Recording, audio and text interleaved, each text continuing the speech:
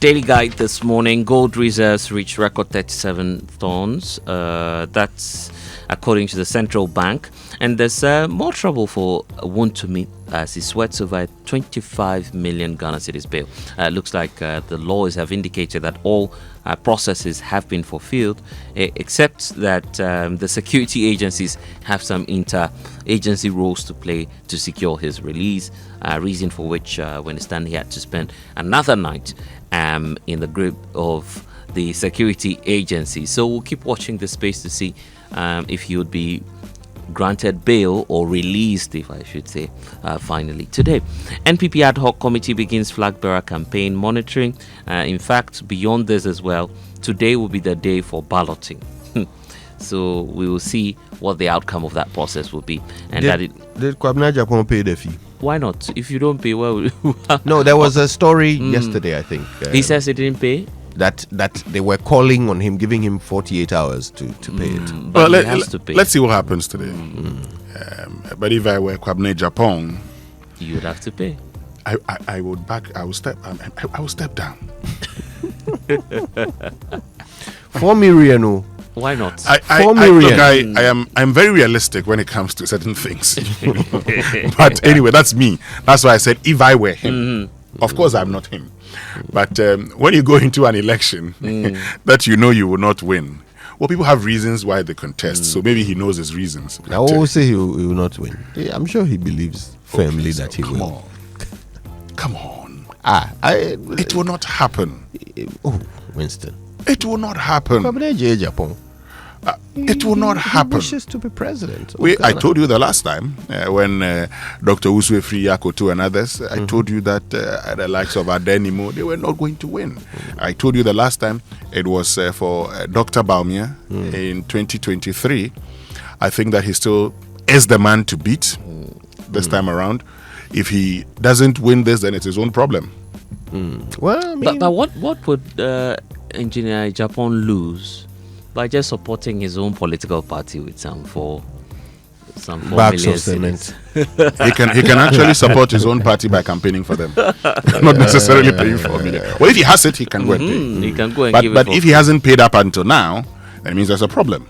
So you ought to step. Well, maybe his thinking is that, in the midst of all the acrimony between the two front runners, it will take some third or fourth force to push through and clinch the thing, and he looks like a clincher. And that will not be the new Alan Cash, Dr. Agyapong, Brian Agyapong. Why is it the new Alan Cash? Why the new Alan Cash? I mean, if he could pay 50-something million bill for Wontumi, he could settle the rest. I mean, just pay for Dr. Educhun, pay for Kwabena Agyapong. He didn't settle by paying. Anyway, let me get to the Ghanaian Times. SIRA framework set stage for stronger business culture. Dr. Justice Ramsai, 30-year-old cobbler confesses to 15 murders in Wa. That's crazy, eh? I tell you. Also on the front page, bats threaten flight safety at Sunyani Airport.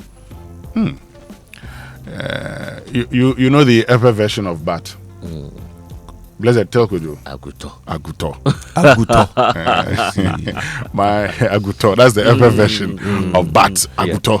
So Batman will be Aguto Amega. Aguto Amega. There's a story about Aguto that my teacher in JSS used to tell us. Don't be like Aguto. Wow. When the birds were going for their feathers, their wings, Aguto was there. When the animals, I don't know what he meant by animals. When the animals were going for their mouth, Aguto was there. So Aguto is neither a bird nor an animal. When I grew up, I asked myself, why? Birds, now they're not animals. Right? So, anyway, VIP urges equal terms for Africa in world trade. Madam Vice President, we won't get that. So let's just learn how to trade amongst ourselves here in Africa and do things differently. Government boost Galamsey fight with 24 Land Cruisers, 250 motorbikes. That's on the back page. And government to revive Hohwe Coffee Factory. There's this whole back and forth between Sam George and Ntim Fojo, who's ranking on the Defense Committee, over the age requirements into the military. The Ghanaian publisher is talking about that this morning. I mean, not for aged NDC foot soldiers. That's according to Ntim Fojo. And he believes that this whole requirement for us to, touch the age limit a bit, move it a notch higher to allow people who are strong, healthy in their 30s to join the military is something we ought to pay attention to. That's according to Sam George and Roxy Nelson Dapiamekpo, who's, of course, Chief Whip. But the minority, through Ntim Fojo, they've been raising some concerns about it, with some political twist to this whole matter. So it's there. I mean, not for aged NDC foot soldiers. That's according to Ntim Fojo. CID invites Justice Kolende over the Jakpa case. And NIMOS has been leading some major anti-Galamsey raid as well. Of course, arresting a few more individuals. Have they invited Jakpa to illegal mining? I wonder how that will be done, knowing that he now has a new profile. He's quite high-ranking when it comes to the national security apparatus. So he can't be invited when a petition has been made against him? It will be done through another procedure, maybe. Really? Why not? What other procedure besides police? Could be contained in a security intelligence report. You never know. Oh, how? Anyway, let's get to... Yeah, I was just going to do the very last one. NPP conducting, their presidential ballot today. So you get details of that when you grab the Ghanaian publisher. The Inquisitor says, open letter, Akasoba blast Gabi. Sierra Leone petroleum regulators understudy NPA operations. Cocoa Board moves to tackle cocoa smuggling. And Galamsey fight, act without fear or favor. That's according to Abuakwa South MP Dr. Kingsley Agyapong.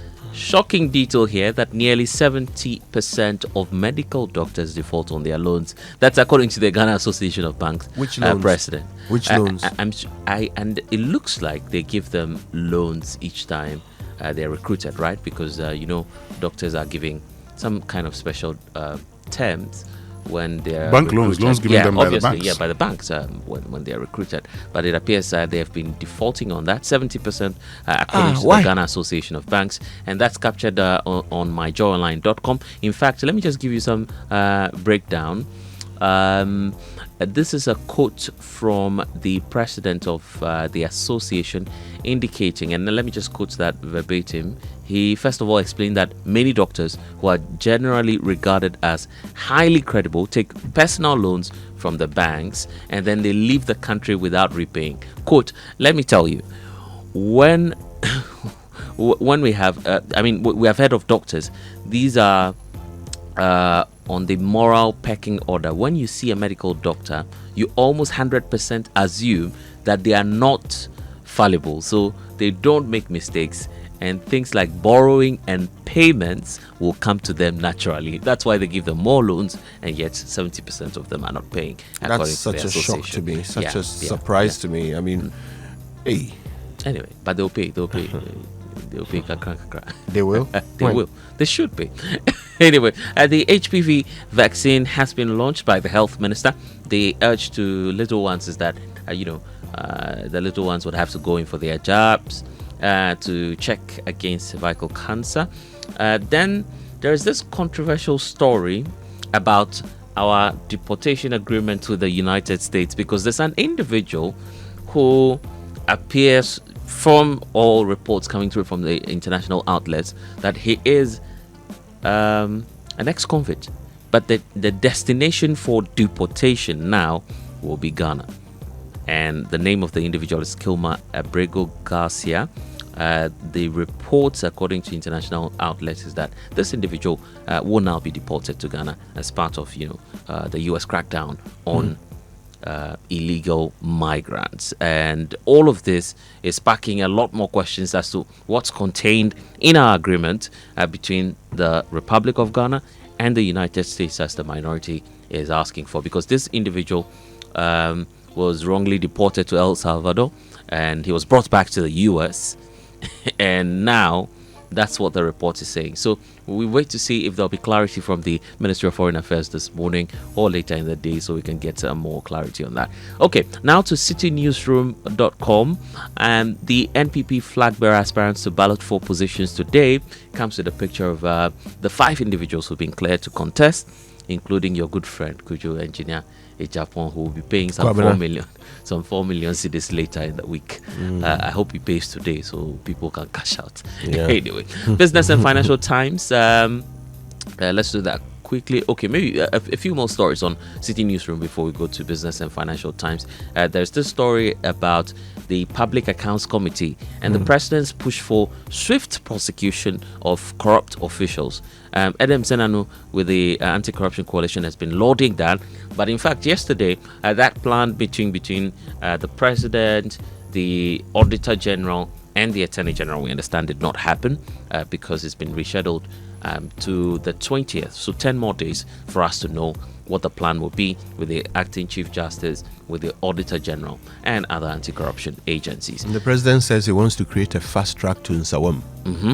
Yeah. But looking at the law, there are so many processes to go through on that, because if it's crime, the prosecution will be quite a winding one. So let's see. Yeah, I mean, because you want to make sure that indeed the guilty man goes to jail.